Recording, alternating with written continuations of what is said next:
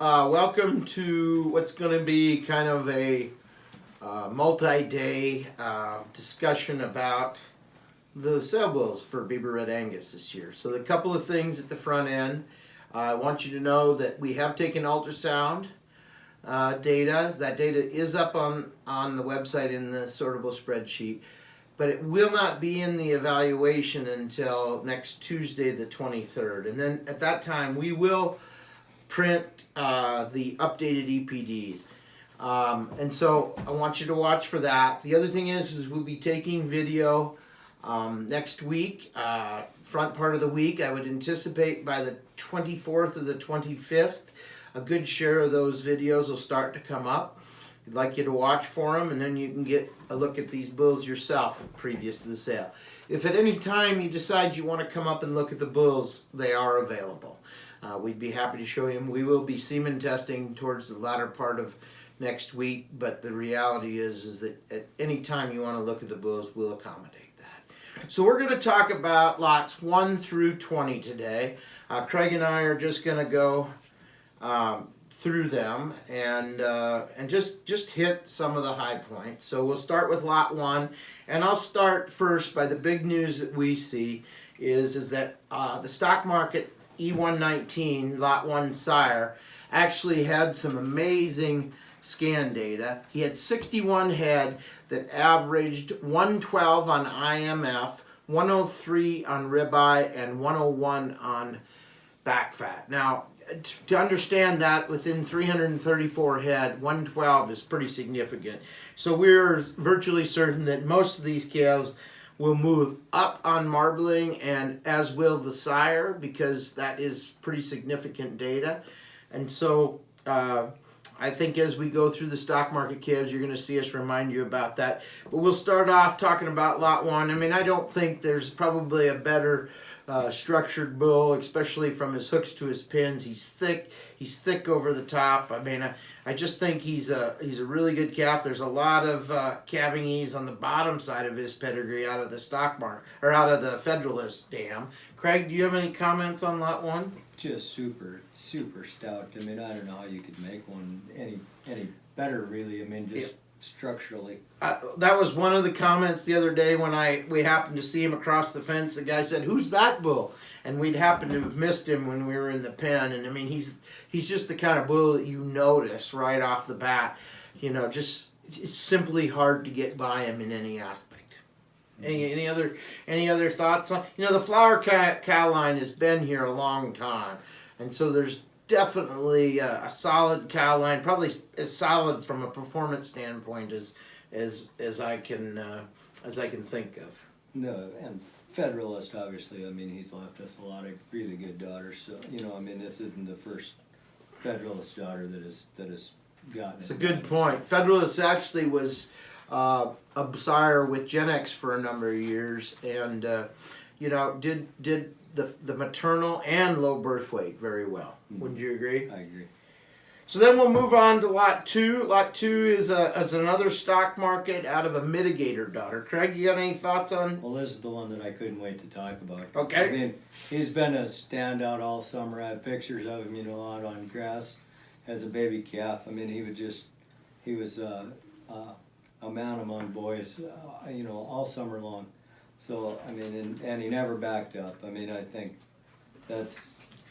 And he doubles down on that by scanning on IMF a 119 ratio, on ribeye a 109 ratio. So, I mean, he's got a little more back fat. He's not quite, he's a 150, so the bull did lay on some back cover. But one of the discussions we always have is we don't know that that's negative. Because the reality is that in our females, we need them to be able to lay on back cover, fat cover, okay?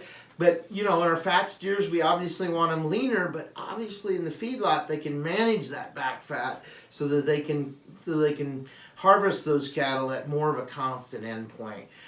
You know, we feel like that's one of the big problems with data is people tend to go to extremes, and we need these females to lay on fat cover, especially when it's what is it today? -10 or something like that. And it's been a pretty chilly weekend overall. Any other comments you might have on lot 2? Right, it was 25 below when I came to work this morning. Yep. They need some cover, or they don't make it, so, no, I think he's an absolute standout, And one thing, we ourselves are kind of in the middle of deciding which bulls we're going to use.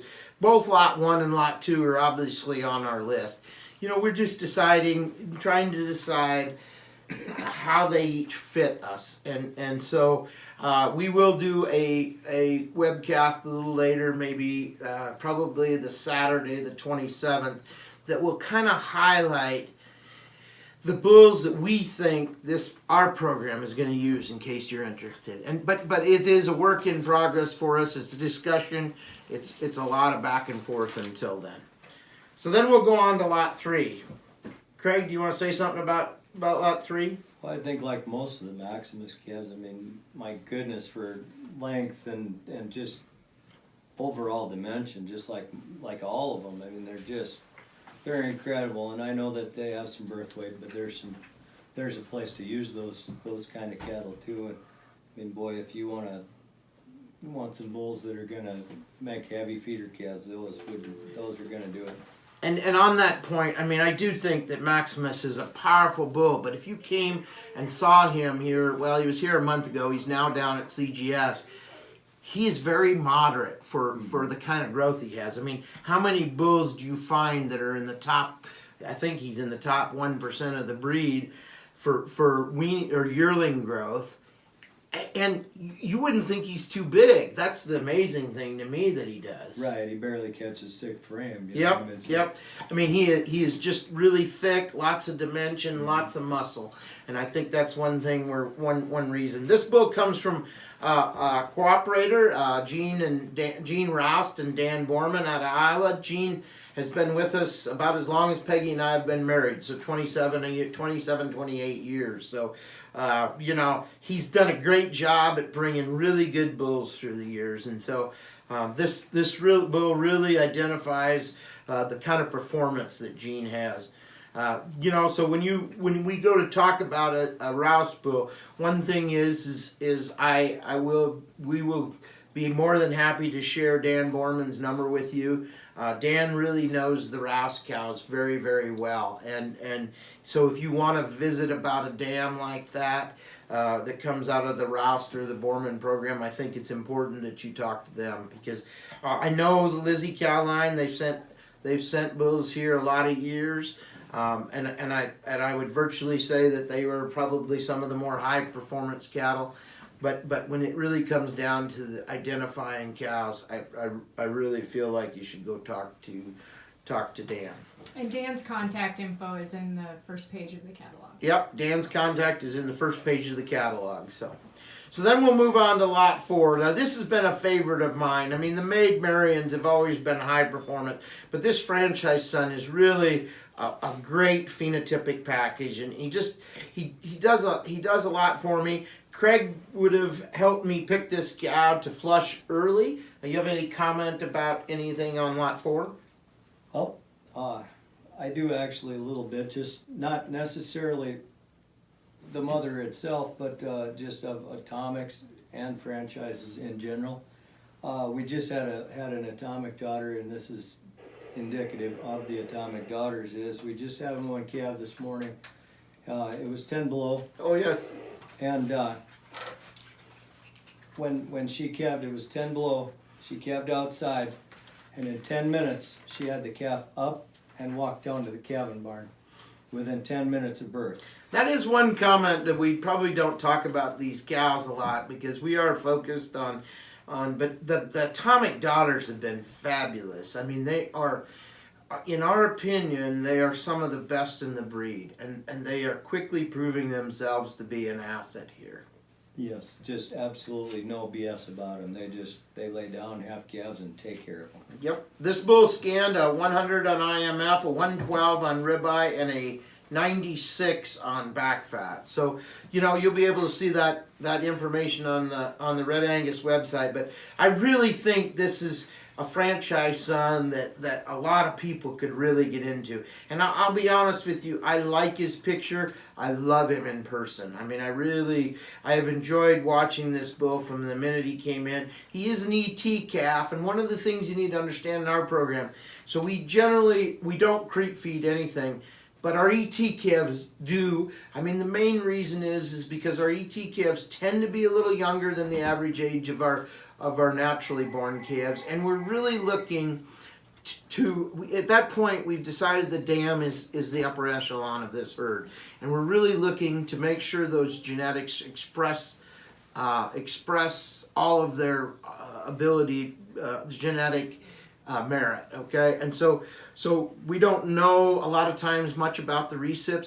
So our ET calves are crop fed, and so I just want you to be aware of that. In general, we want good data on our natural calves. I shouldn't say we want good data on our natural calves, and so that's how our natural calves do not get creep feed. But I want you to be aware that our ETs do.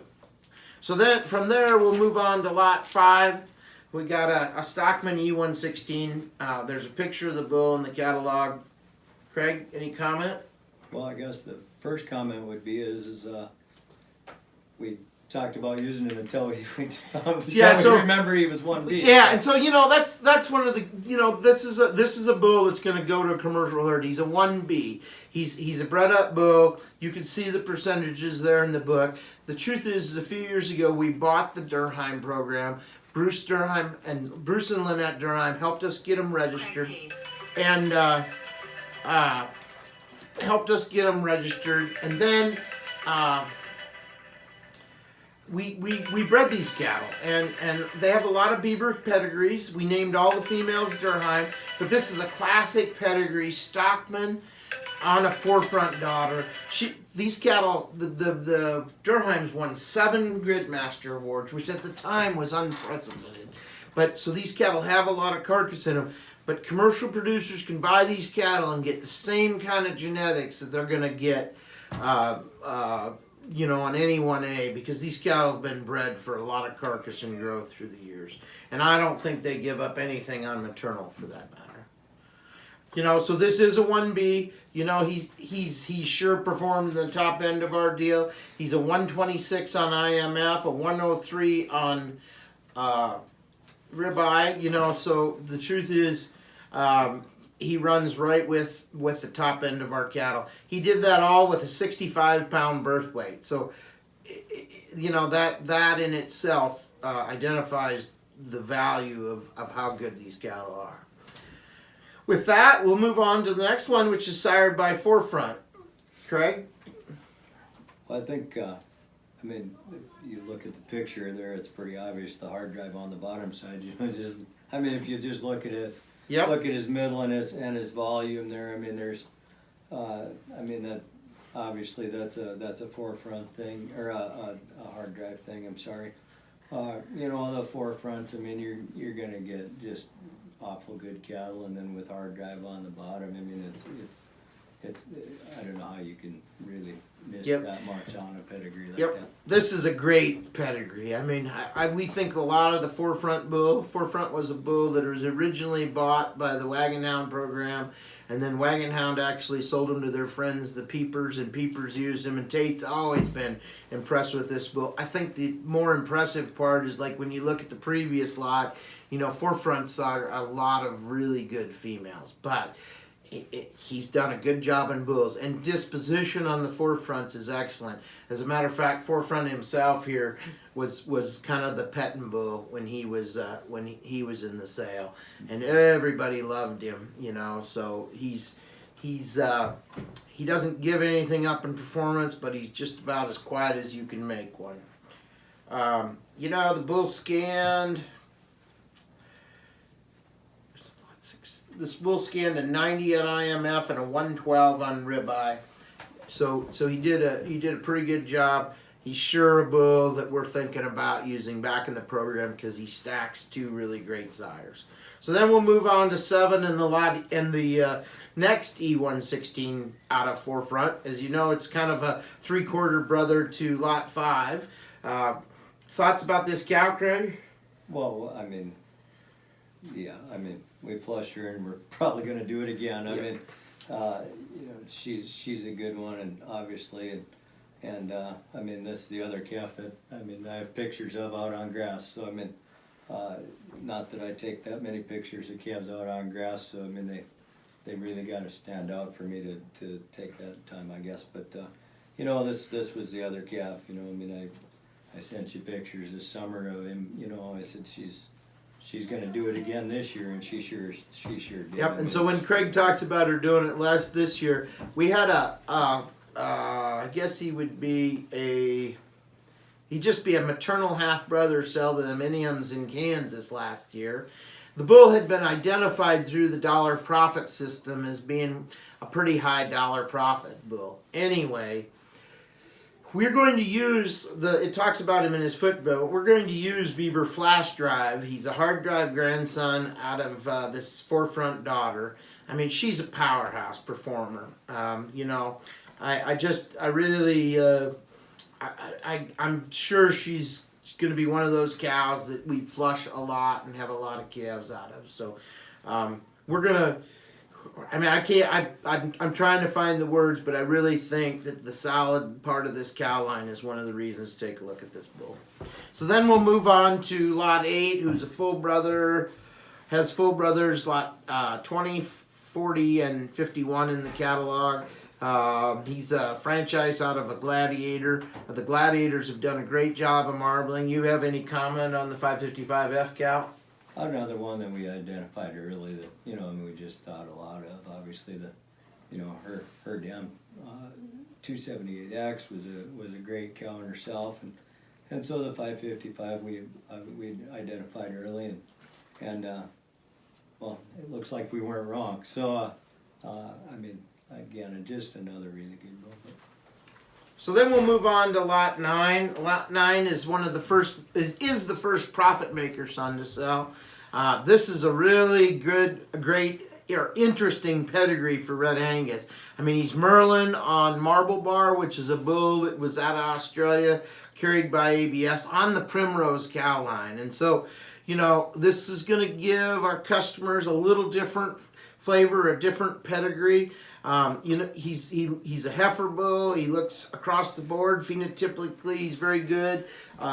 He scanned a 112 on IMF, a 92 on ribeye, and a 106 on back fat. I think if somebody's trying to identify an outcross for their program, this sure could be it. You got anything to add, Craig? Not much. Her damn calf the other day, just 2 days ago, I think it was. Doing a good job again. So you know, I think other than that, I don't really have much. So then we'll move on to the stock market, lot 10. This is another ET calf. This bull comes with a lot of performance. The Laura cow line. So this actually is out of a full or half sister to forefront on the bottom side. That 112W is forefront's dam. Craig, would you have any comment about the bull or the dam for that matter? The dam's really nice. She's in the barn right now. Just super nice cow. Obviously, another one that we flushed early, but just really nice, dark cherry red kind of cow. She's gonna calve any day. Just kind of got to push out of the barn door to get her to move a little bit, but other than that, she's pretty good. Yeah. Well, one quick note about him before we move on is he scanned a 129 on IMF and a 117 on ribeye. So then we'll move on to lot 11. We've got another ET calf sired by stock market, excuse me, out of a hard drive daughter. Craig, thoughts here?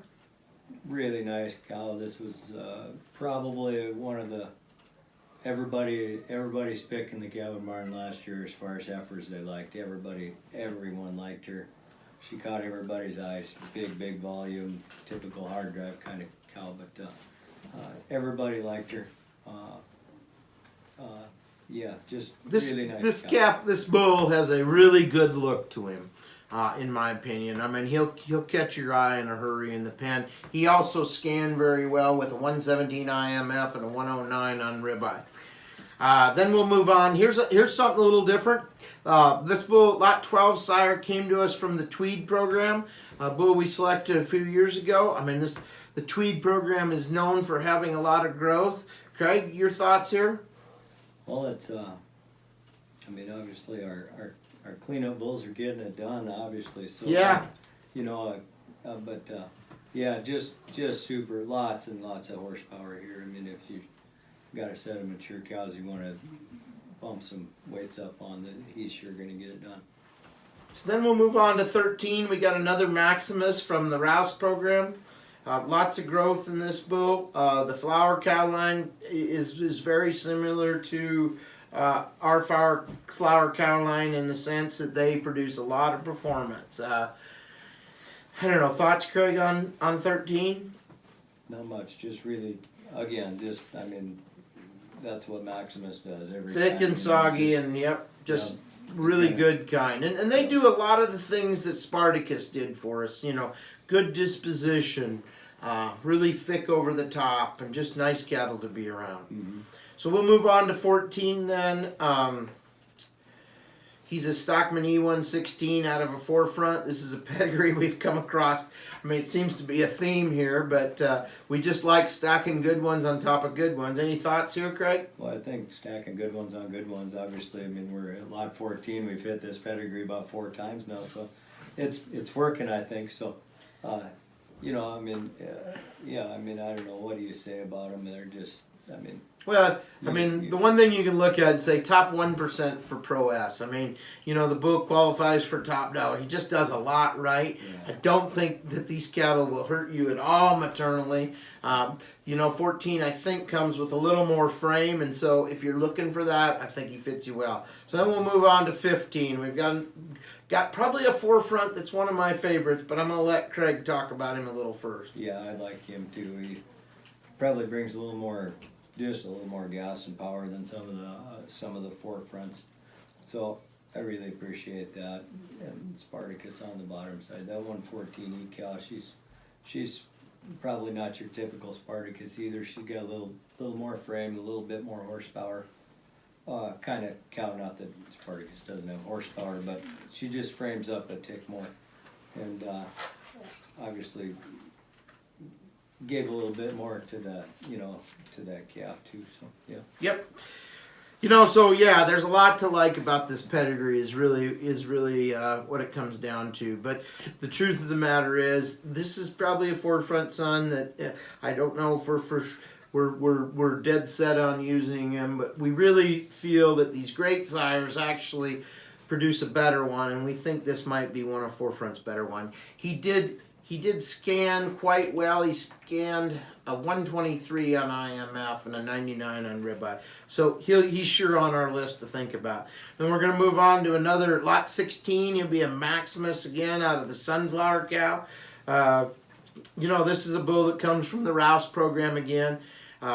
Just did low birth weight and lots of growth and just really thick, moderate. I don't think he's going to add a lot of mature size to your cows, but it ought to add a lot of weight to your calves is the way I feel about him. Craig, do you have anything to add? Well, finally one we could get his head up enough to take a picture of. So I mean, they're pretty quiet. I mean, unless you're into taking heads up pictures, you might not like them then. But other than that, they're gonna be awesome. So we talk about that, and not that it has any impact, but the reality is some of these bulls don't want to lift their head for a picture or get excited, and that can be so they look a little better with their head up. But the reality is the Maximuses are so quiet. It's just generally pretty hard to get them excited about anything. So we'll move on to 17. Here's a franchise son.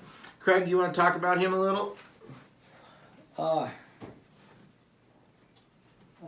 That 520 cow is a really nice cow. It goes back to the 475A cow, which the black cow did us a lot of good. She left a lot of good calves for us. Though her and Gladiator, another one that we flushed early, we found enough of, and obviously with franchise on the top side there, man, that's going to be some hellacious dollars to keep there. Yep. Yeah, I mean, we see the franchise daughters being really, really powerful in our system, and we're probably just on the front end of it, but that is what we really seem to like. And this stacks on a pretty high marbling. Of course, the Gladiator tends to really produce high marbling along with the Rose cow line, but the one thing I'll tell you about him, here's a bull. It's a 6+ frame, and if you're looking for the frame scores. Our catalog, if you haven't got it in the mail, is online, but it will be coming in the mail shortly. But if you want frame scores, you need to download our spreadsheet, and the frame scores are in our spreadsheet. This bull is a bull that is 6+ frame. So if you're looking for a little more frame, this is the kind of bull that you might take a look at. We'll move on to lot 19. We got another stock market out of Dateline cow. Thoughts, Craig? Well, we already talked about a full brother, so I mean, I think kind of the same. I mean, they're pretty consistent. The whole flush was consistent, really.